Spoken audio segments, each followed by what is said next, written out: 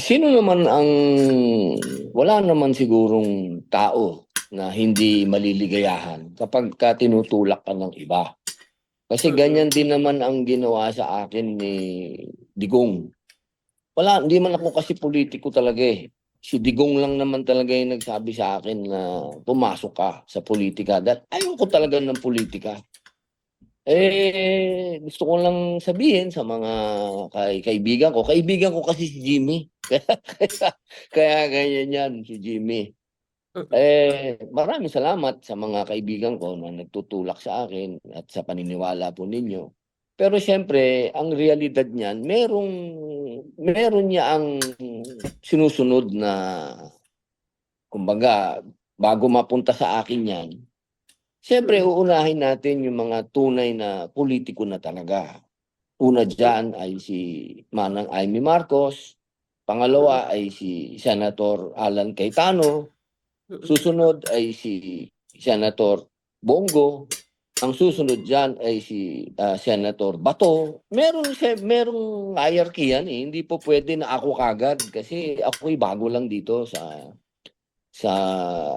politika. Oo, meron tayong susundan na kapag ka sinabi mong Duterte supporters at mga loyalist ni Duterte, meron talaga yon na sinusundan. At para sa akin, ang pinaka-senior niyan ay si Manang Aimee.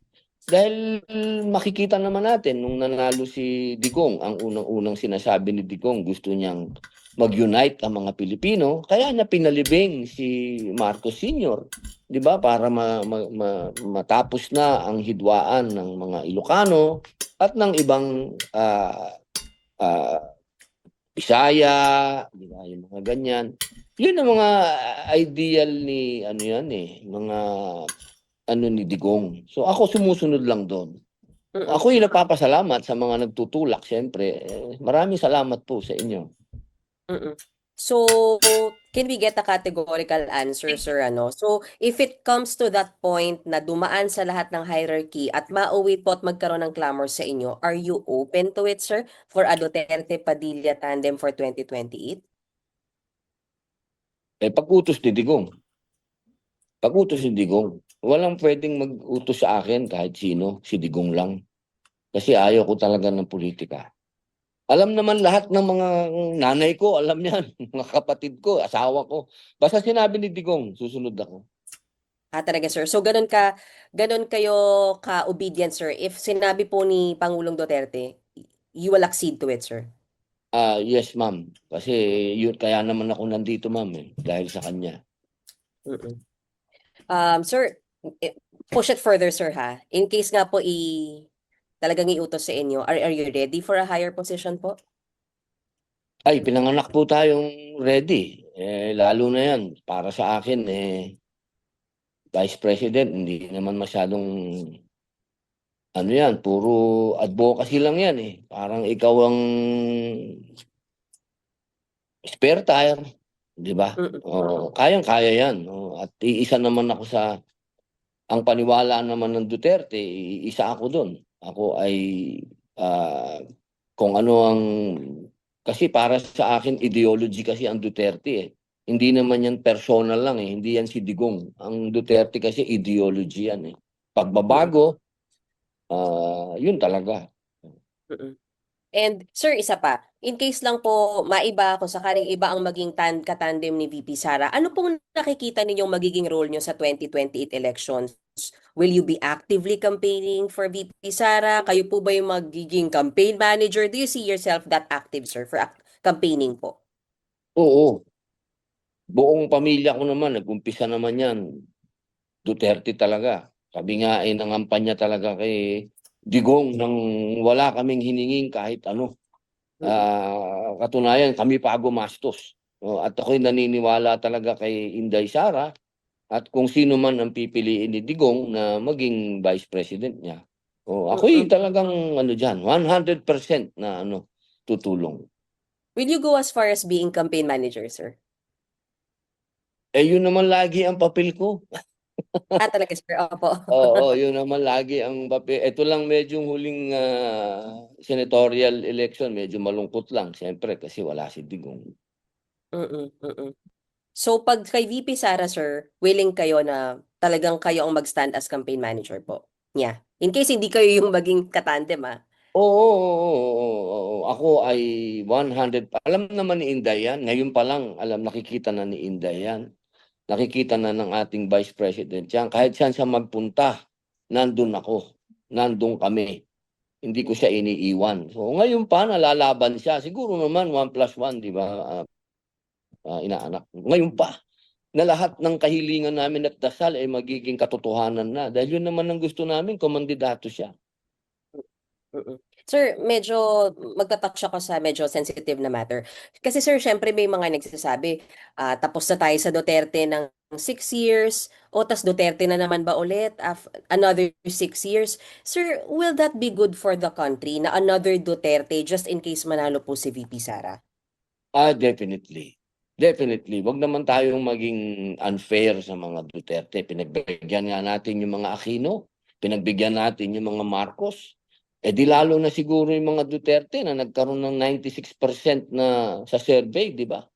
Na Mm-mm. trust and approval rating. Yan ang siguro naman hindi natin dapat ipagdamot yan sa mga Duterte. At nakita naman natin ng Davao, ang Davao City hanggang ngayon ay namamayagpag. At alam mo, ang Davao City, walang utang yan. Ha? Siguro, lagi nilang tinatanong, ano bang kakayahan ni BP Inday Sara? Nung naging mayor yan, walang iniwan na utang yan sa Davao. At nakita natin hanggang ngayon, progresibo ang Davao.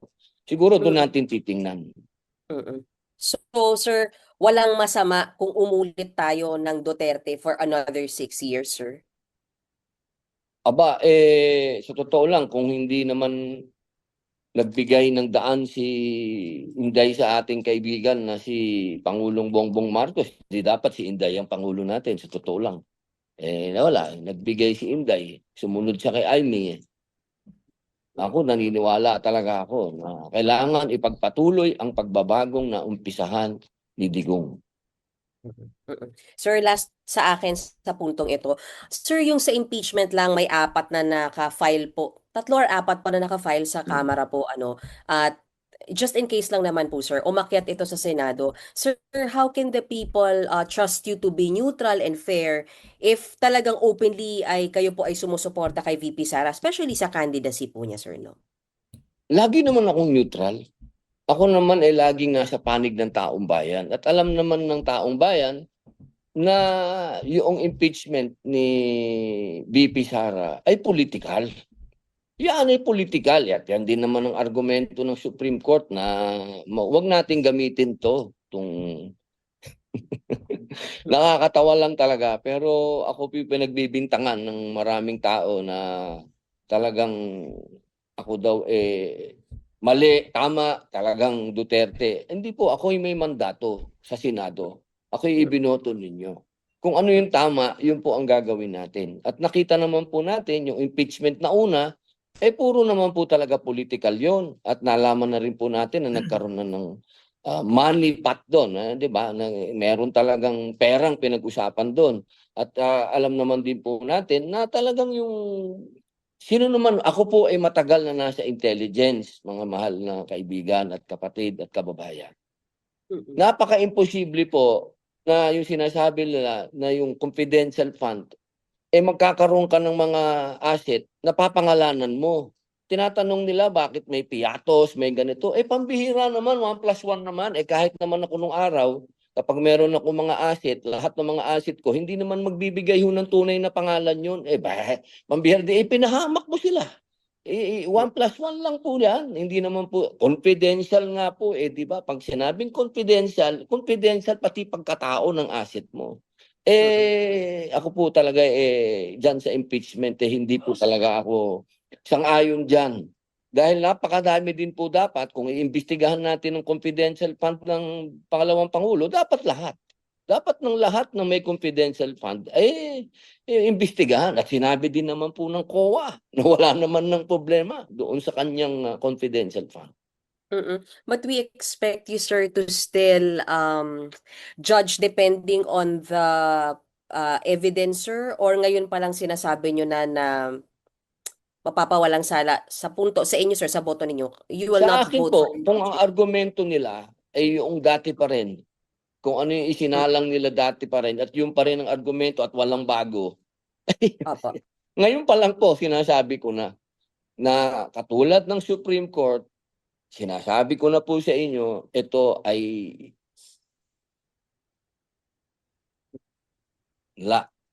Opo. So you will not vote for it, sir? Oh, definitely. Definitely. Opo. Okay.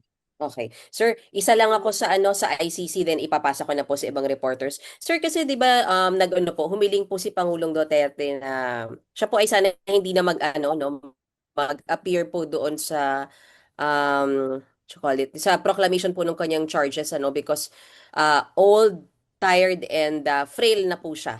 Pero yan po ay kinokontra ng prosecution. Siguro sir, your comment on it lang po. Karapatan ng accused yun. Akala ko ba itong prosecution nag-aaral ba kayo ng batas? Karapatan ng ano yun, ng accused yun. Kung ayaw niyang humarap, lalong-lalo na matanda na siya. Karapatan niya yun, human rights, lahat ng klase ng law pwede niyang gamitin para hindi siya lumabas dyan. Lalo na dito sa atin, sa Pilipinas, o pag nakita niyong meron na namang sasabihin na naman, matanda na, yung itsura ni Digong, gagawing kalokohan, naku, alam na ho natin yan. Karapatan po ng ating dating Pangulo na sabihin yun na ayaw niyang humarap. And he should be allowed, sir? Of course, definitely, right niya yun. Karapatan po niya yun, international law, anumang law, karapatan po niya yun. Total, hinihiring na siya, nandun naman yung abogado niya, abogado niya humarap. Opo. Okay. Sir, that's all from me. I'll give sir yung floor kay RG Cruz po ng ABS-CBN. Salamat po, sir. Salamat po. RG. Hi sir, good afternoon po. I hope you can hear me. Sir, first question po, kayo po ba ay pupunta sa The Hague para magbigay ng suporta kay Pangulong Duterte dun sa kanyang confirmation hearing sa ICC? Alam mo, kung tatanungin mo yung puso ko, oo, gusto kong pumunta. Talagang gusto kong tumakbo doon. Gusto kong magpakita at paramdam sa mga tao nando doon. Kasi lagi ko namang ginagawa yan. Kaya lang may session pa. Noong kasi last year, campaign season, walang session, nakapagbantay ako doon. Pero ngayon may session pa hindi ko magagawa yan dahil siyempre meron akong mandato at ako yung nagsumumpa sa ating taong bayan. Kailangan ko nandito ako. Siguro pagdating ng bakasyon, makapunta ako doon. Sir, kayo pa, ano pang inaasahan ninyong pwede pang mangyari dito sa prosesong pinagdadaan ng dating Pangulo? Katulad ng defense, at katulad din ng sinasabi ng ating mahal na Vice Presidente, nalulungkot kami lahat kasi parang nagiging, alam mo na, parang pakiramdam namin bias yung ICC. At lahat na lang ng pinafile, lagi na lang hindi. Parang nakakalungkot. Opo. Pero syempre, nandun pa rin yung aming hope na sana dumating din yung pagkakataon na wag naman maging parang gawin nating political ito. Diba? Dapat kung ang argumento nila ay patungkol sa human rights, dapat pantay-pantay ang human rights natin. Meron din karapatan ang mga taong nagmamahal kay Digong. Kung binibigyan nila ng karapatan yung mga hate si Digong, dapat yung mga nagmamahal din tingnan din nila dahil pare-pareho lang tayong human. Okay. Sir, sa pagkakaalam po ninyo, ano po ang estado ng kalusugan ng dating Pangulo ngayon? Ay, malungkot kasi nung nandun ako, alam mo, marami tayong kaibigan doon bago pa man dumating ito, pwede kong sabihin na ako'y palagi na dyan sa Netherlands. Dahil hindi pa ako magiging politiko, dyan na dapat kami mag-retire. Kaya ako nagulat sila, ba't nandun ako kagad? Kasi may visa ako. Alam nyo, marami tayong mga kababayan doon na taga doon na nagsasabi talaga. Yung iba ay may boyfriend pa doon sa loob ng kulungan. Talagang may nangyari na natumba si Digong. Natumba si Digong, nabagok yung ulo. Alhamdulillah at walang nangyaring damage sa kanya. Kung ganun na ang sitwasyon ni Digong na hindi na siya makalakad, dito naman nakita naman natin noon hindi na nga siya makalakad mag-isa. Di lalo na doon sa kulungan. At doon po sa kulungan niya, solo siya doon. Hindi po yan parang kulungan dito sa atin na meron kang mga kasama. Hindi po, solo-solo. Parang solitary confinement nga po yan eh. Kaya minsan siya pa naglalaba, siya pa napakadelikado po para sa edad ni Digong. At ano pa ba naman ang aasahan natin? 81 na si Digong. Ano ba ang aasahan natin? Yun ho ang matagal ko nang pinakikiusap. Ano pa ba ang makukuha natin sa matanda? Yun po. Okay. Yun lang po, sir. Papasa ko na po ang pagtatanong doon sa susunod po sa Kay, listahan po kay kay Robert Manyo muna. Kay Robert kay Manyo. Robert Manning. Thank you, sir.